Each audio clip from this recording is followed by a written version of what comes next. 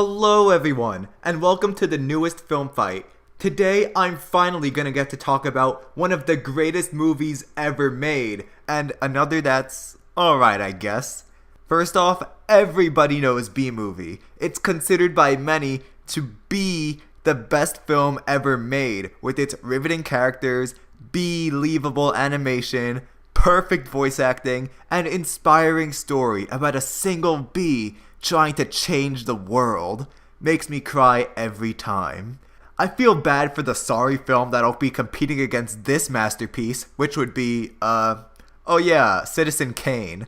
Many people probably haven't heard of it. It's not that popular. But these hacks, this non-profit organization, the American Film Institute, named it the #1 American film of all time. I don't know who these people think they are or why B-Movie didn't even make their top 100. Yeah, they're insane. So this is what I'm going to decide today. Which one is truly the greatest film ever made? B-Movie or that other one?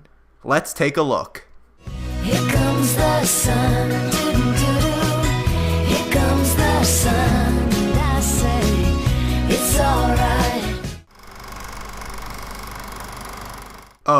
Sorry about the music, guys. I know I'm supposed to play music for both films, but the B-Movie soundtrack is just so beautiful, I had to keep playing it. Citizen Kane's? Meh. As for the characters of B-Movie, they're just so awesome. I've never seen such character development in anything else. The main character is the legendary Barry B. Benson, voiced by Jerry Seinfeld. Barry is a simple apis mellifera in Central Park who goes on a quest to find a purpose to his life instead of working endlessly for a factory system in the beehive. It's such an amazing journey that he goes on afterwards as he meets the love of his life, Vanessa, and through her, he begins to find meaning in his trivial life. It's a beautiful love story between a bee and this florist. Vanessa begins the film with a boyfriend Ken who is allergic to bees, tries to kill Barry, wears Tim's, and doesn't even like Star Wars. Even my top 10 favorite movies. What's your number one? Star Wars? Nah, I don't go for that Pew, pew, pew, pew, pew, pew, pew. kinda stuff. The time has come. Execute Order 66. Yes, my lord.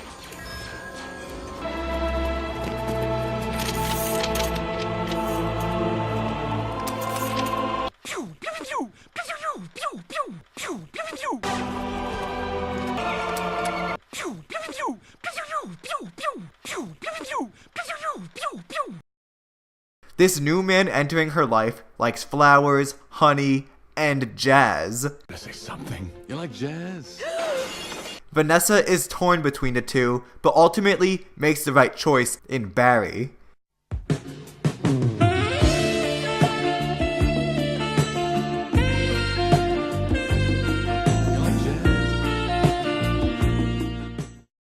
Man, that was a touching romance. Barry and Vanessa work together to sue the entire human race for stealing honey from bees.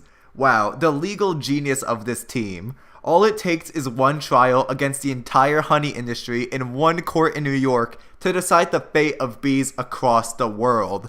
And this world-altering decision was made unilaterally by one judge without even a deliberation. These guys are experts. So the bees are freed from the evil clutches of the white man.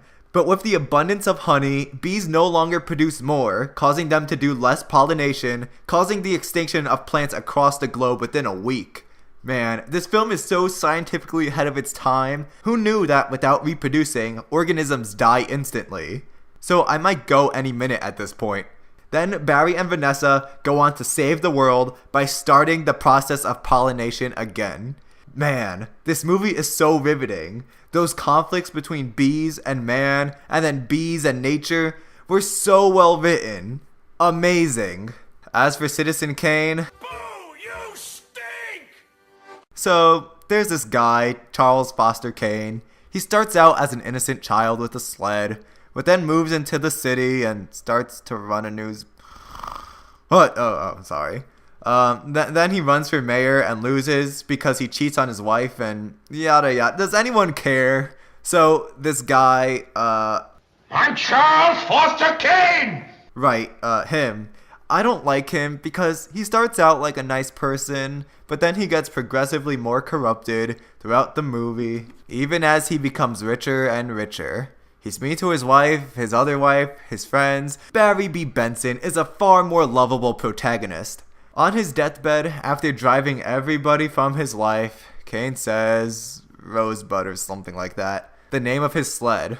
I find this dumb. I want straight answers explained to my face like I'm an ignorant toddler. Who wants to actually think about what they're watching on screen? Ridiculous. Does him saying Rosebud show that he's reflecting on who he was as a young boy, only to become a monster as time progressed? As a dying old man, does he miss his youth? Does he wish he took a different course in life? Or does he simply want to go sledding one last time? Who knows? Well, I know that whatever is going on here certainly isn't as compelling as the conflict between Barry and Ken, as Ken starts getting jealous of the bee, who's been acting unbelievably cozy with his girlfriend. And Patrick Warburton's voice, man. Match point! You can just start packing up, honey, because I believe you're about to eat him! Best voice actor ever. He's a far better actor than this schlub. Let's see. Orson Welles. Well, I don't know you, Orson, so get out of here. Also, where's the action? This Welles guy should know that I can't watch a movie without any epic action sequences. He wants us to actually watch and pay attention to the dialogue and cinematography. Ha, this guy. B-movie, however, is filled with these gripping moments, like the winter boots, sword fighting with the Mexican, and toilet battles. Ah, so epic. Citizen Lame, however, not as epic. Huh. Do I even need to keep writing? We already know what the greatest film of all time is. Look, whatever you are, just stop trying. There's no movie, no piece of art in the world that will ever be as great as this film. It is the pinnacle of human civilization, our gift to the universe, to the aliens who will find us in a couple million years after we're long gone. Humans may die out, but B-movie will last for eternity, and that is why it's the greatest work of art ever made. Nope. Nope. Nope. Nope. There you go. Remember, if you enjoyed this video, to please leave a like and subscribe. Oh, and April Fools. See you next week.